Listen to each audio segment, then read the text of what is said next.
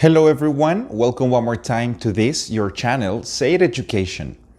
In today's lesson, I will teach you how to use correct sentences in English.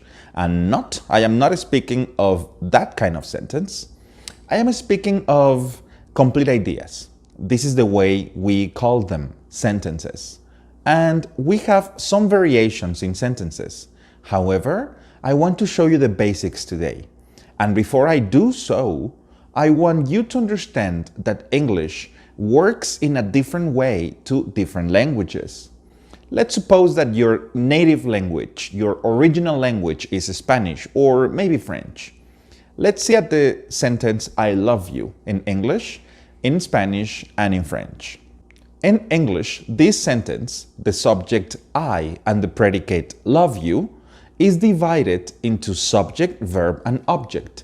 The subject in English is the person doing the action, giving the action. The verb is the action, in this case love, and you, in this case, is the object, the person receiving the action. So when you say something like, I love you, in a different language, like in Spanish, we say something like this.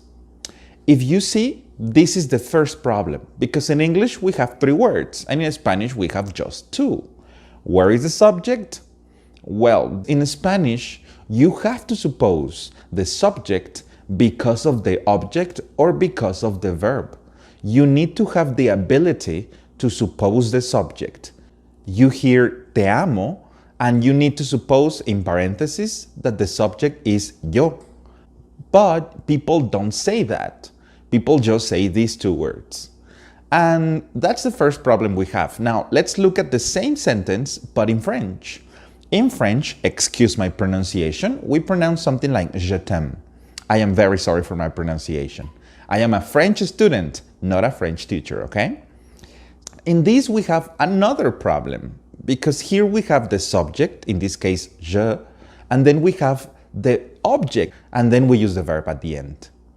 These 3 very popular languages, some of the most important in the world, have 3 different structures for such simple idea. Imagine what happens when people use a translator all the time. Imagine the kind of problems they have. That's why in Say It, in our schools, in our classrooms, we never translate. We never use Spanish to learn English. And that's the reason this video is 100% in English, because you should see how the language works in action. Sentences in English have basically 2 ingredients, 2 components, the subject and the predicate.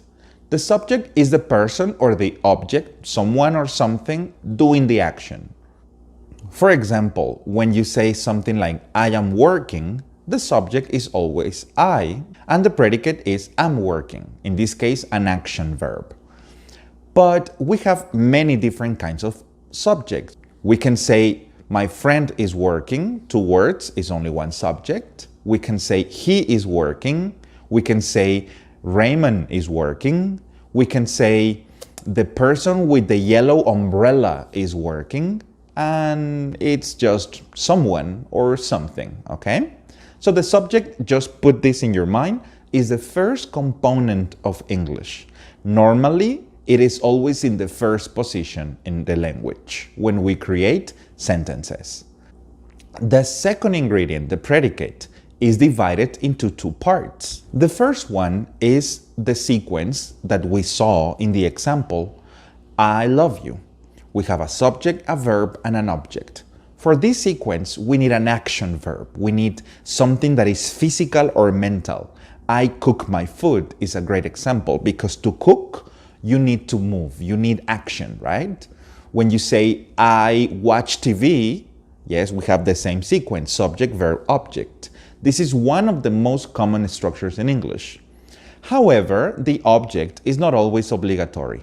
The subject is obligatory, but the object not. If I say something like, I am watching, what are you watching?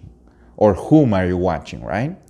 This idea feels incomplete. In this case, the object is obligatory. Imagine people say something like, I love. Well, I know you love, you're not a robot, but what do you love? Do you love coffee? Do you love exercising? Or whom do you love? Do you love your family, your coworkers, your classmates, your teachers? You see, you love someone or something. It is not correct to say simply, I love. It actually feels incomplete, so follow your gut. The second division for predicate is the division subject, verb, and complement. For this, the complement is extra information about the subject. So when you say it is a great school, in this case, say it, the subject, then we have the verb to be is.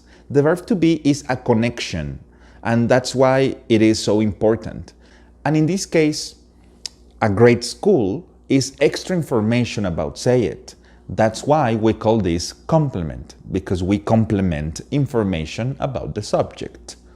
And yes, the verb to be is the most important of them, but we have a great multitude of different linking verbs. That's the name they receive, because they link, because they connect. We have the verb to get, we have the verb to turn, and many others, but I promise that's for another lesson, okay? Before we finish, I really want to talk to you about a huge exception in this subject being obligatory in English. And that exception is imperative sentences. Imperative sentences, by the way, we have a complete video dedicated only to this structure. So make sure to subscribe and check the video if you haven't. Imperative sentences, are orders. And we don't need the subject because the subject is the person in the conversation. If I say, hey, pay attention, well, it is obvious that I am talking to you. So we don't say you pay attention. We say simply pay attention. When we give directions, we don't say you turn right at the corner. We say turn right at the corner because we're giving directions or orders. Imperative sentences have negatives like all sentences, but again, check the video about those. Thank you very much for watching this video. I promise that we will check each of these special cases in detail in future lessons. So, thanks for watching one more time. Have an excellent day.